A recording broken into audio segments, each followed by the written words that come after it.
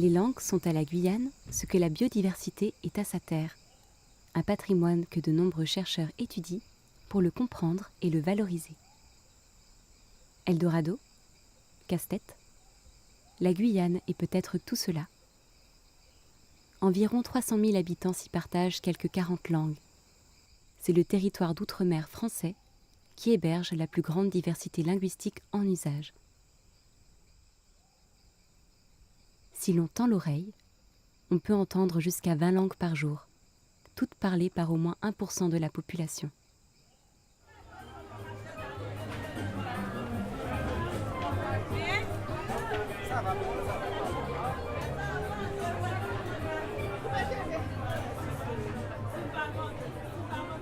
Territoire multilingue, plusieurs langues coexistent en Guyane. Elles vivent, évoluent, se trouvent enrichies, modifiées et modulées par leurs locuteurs qui parlent plusieurs langues.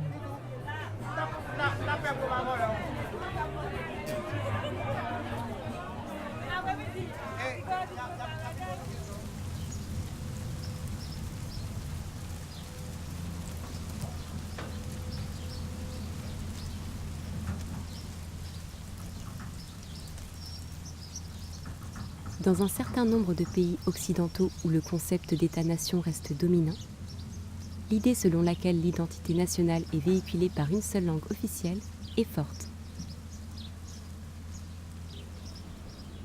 Dans le discours ambiant, il y a plein d'idées reçues sur les langues et sur le multilinguisme, sur ce que c'est qu'être bilingue, ce que c'est qu'être plurilingue. Et il y a très peu de discours scientifiques qui circulent sur ces questions. Et du coup, ce qui circule, ce sont aussi des discours dominants. Par exemple, eh bien, qu'il faut une langue pour cimenter la nation. Que si on ne parle pas tous la même langue, on ne va pas pouvoir communiquer. On va pas pouvoir vivre côte à côte au quotidien. Alors même qu'il y a plein de pays qui sont plurilingues. Une autre idée reçue, c'est que quelqu'un qui est bilingue, c'est quelqu'un qui maîtrise totalement deux langues. Comme s'il avait un cerveau avec deux aspects, là, et puis ce qui a été décrit comme deux solitudes, hein, avoir deux solitudes, voilà. Tous les travaux montrent que c'est pas ça. Et qu'être plurilingue, c'est être capable de s'appuyer sur ses ressources pour communiquer. Mais c'est pas, le niveau de maîtrise n'est absolument pas important. Voilà, donc ça, ce sont des idées reçues sur le multilinguisme, sur le plurilinguisme, et le travail de chercheur, justement, c'est d'essayer de les déconstruire, d'essayer de montrer concrètement comment les choses fonctionnent.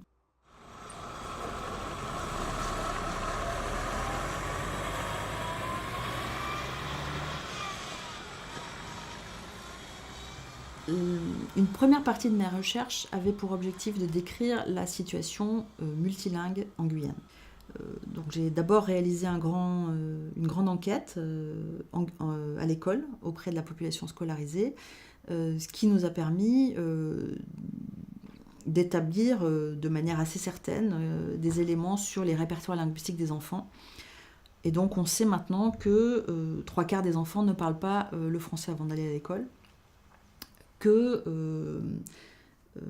les enfants d'une dizaine d'années parlent pour la plupart déjà 3 ou 4 langues.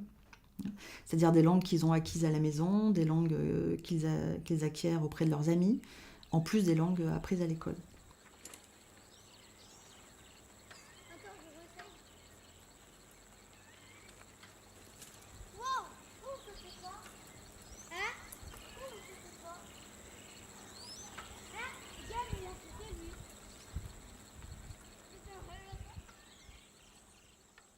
Avec mes enquêtes, on est passé à une représentation réellement multilingue, c'est-à-dire qu'en chaque point d'enquête, on se rend compte de tout le multilinguisme qui est présent.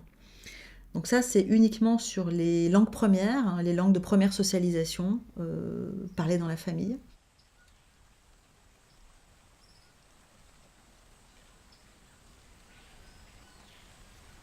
Nous sommes tous plurilingues, ou au moins pluridialectaux et pluristylistiques.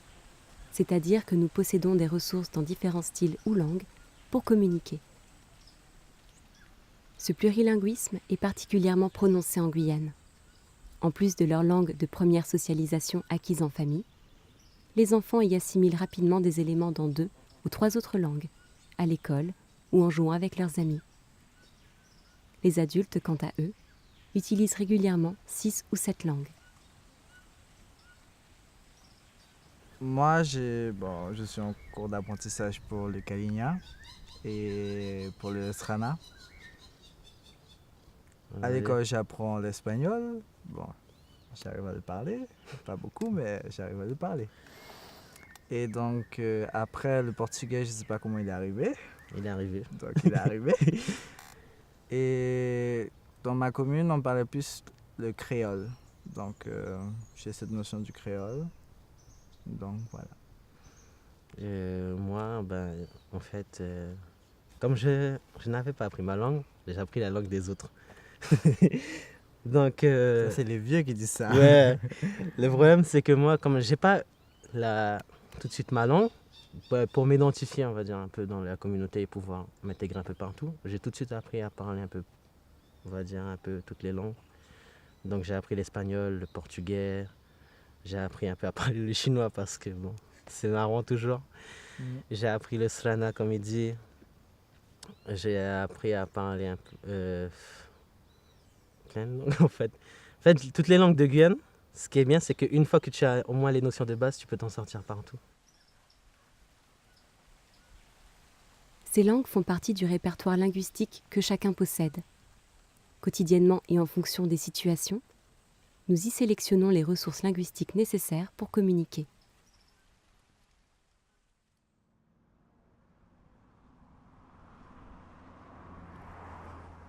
Mélangeant les langues et passant de l'une à l'autre, les Guyanais entretiennent dès leur plus jeune âge une compétence plurilingue grâce aux interactions variées dont ils sont les acteurs. Ils ne disposent pas de compétences parfaitement identiques dans chacune des langues qu'ils utilisent, mais sont capables de passer d'une langue à l'autre en fonction des situations.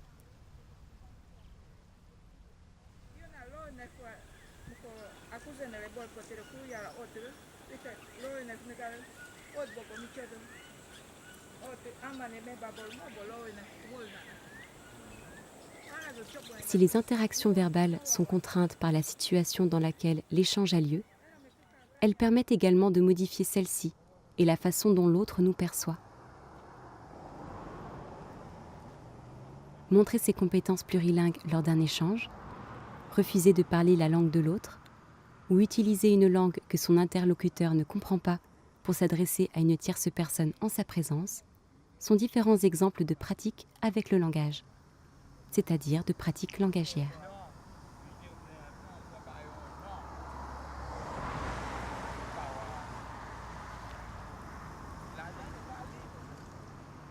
Ces pratiques avec le langage sont des pratiques sociales. C'est-à-dire que non seulement la situation, non seulement le social influe sur notre façon de parler, sur nos pratiques langagières, mais nos pratiques avec le langage sont des pratiques sociales, au sens où on définit à chaque instant la situation sociale. Dans ma façon de parler, je vais montrer que je suis scientifique, ou je vais montrer que je suis plutôt cool, ou voilà. Et donc je vais définir en permanence le lien avec l'autre. Et donc ça va avoir un effet sur la situation sociale.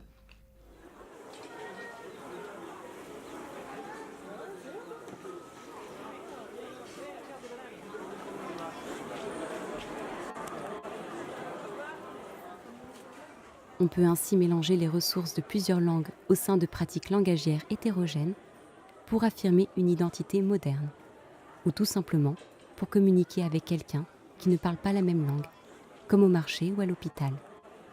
Ma relation avec quelqu'un qui a parlé français comme moi, elle va être forcément différente de quelqu'un qui parle pas du tout ma langue. Par exemple, un Brésilien qui parle que portugais, je parle pas un mot de portugais, forcément ça va être un peu biaisé, quoi. Enfin, ma relation de confiance, elle sera pas la même, quoi. Même le patient, je pense qu'il sera, enfin, c'est sûr, même, il sera moins à l'aise de se faire piquer par quelqu'un qui parle pas sa langue. Je pourrais pas lui expliquer ce que je vais faire, ma démarche, tout ça.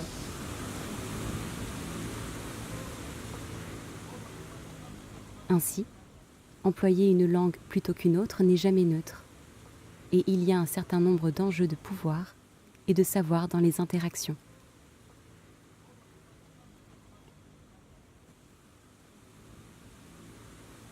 Donc mon approche, elle est avant tout ethnographique. Donc ethnographique, ça veut dire qu'on s'imprègne, comme je disais tout à l'heure, on s'imprègne de l'ambiance, de ce qui se passe. On n'a pas de cadre a priori. On ne part pas avec un questionnaire en posant des questions aux gens. On observe. Alors après, au bout d'un moment, quand on a défini des situations sociales particulièrement intéressantes, on travaille à partir de données qu'on enregistre. Donc ça veut dire qu'à un moment donné, on va enregistrer des conversations, on va enregistrer des pratiques langagières, par exemple au guichet de la poste, par exemple en classe, par exemple à l'hôpital, par exemple sur le marché. Une fois qu'on a enregistré ces données, il y a un long travail qui n'est plus en Guyane, mais qui est au bureau, et qui est de travailler sur ces données. Donc on les transcrit, on les transforme en ce qu'on appelle des corpus, et puis ensuite on va annoter ces données, donc en disant de quelle langue il s'agit, en prenant des notes sur quelle forme est utilisée, etc. Avant de pouvoir les analyser et analyser ce qui se passe. Analyser ou d'un point de vue linguistique ou d'un point de vue social et sur ce qui est en train de se jouer dans l'interaction. Alors en fait, aussi bien sur le terrain que dans les analyses, on va à un degré qu'on appellerait le micro du micro, micro-sociolinguistique ou micro-sociologique.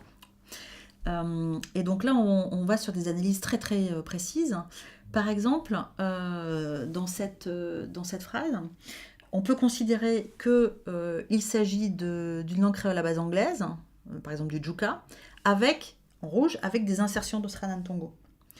Ou alors on peut considérer qu'en fait, c'est du Sranan Tongo avec des insertions de Djuka. Et du coup, ce que ça veut dire, c'est que savoir de quelle langue il s'agit, c'est très idéologique. C'est-à-dire que ça dépend du point de vue de la personne qui décrit. Donc les linguistes, en permanence, ils n'arrêtent pas de dire bah, ça c'est telle langue ou ça c'est telle langue. Mais en fait, si on regarde en détail ce qui est dit par les locuteurs, ça peut être l'un ou l'autre. Notamment que tout le monde qui parle langue maternelle, n'importe côté où vous trouvez, nous voulons nous sentir nous libres pour nous parler langue maternelle parce que ça c'est un ADN, c'est un ADN de nos ancêtres. Ça doit un privilège pour nous pour nous montrer l'autre monde que nous parler l'autre langue. Ça c'est langue maternelle nous, ça c'est langue maman nous parler. Quand nous la maison nous, c'est langue nous parler. Mais quand nous dehors tout, nous devons obliger parler langue là aussi pour nous apprendre l'autre monde parler langue par nous. Hein.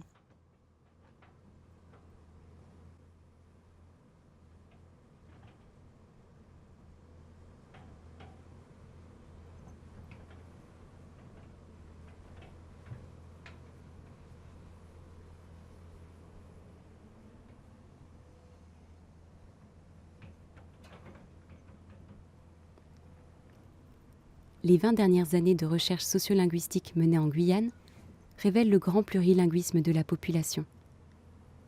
Elles dévoilent également comment des institutions, comme l'école ou l'hôpital, ont des difficultés à prendre celui-ci en compte. Ces observations nous permettent d'adopter une perspective critique sur la situation guyanaise, afin de transformer les politiques linguistiques et de réduire les inégalités dans l'accès aux soins et à l'éducation de toute la population.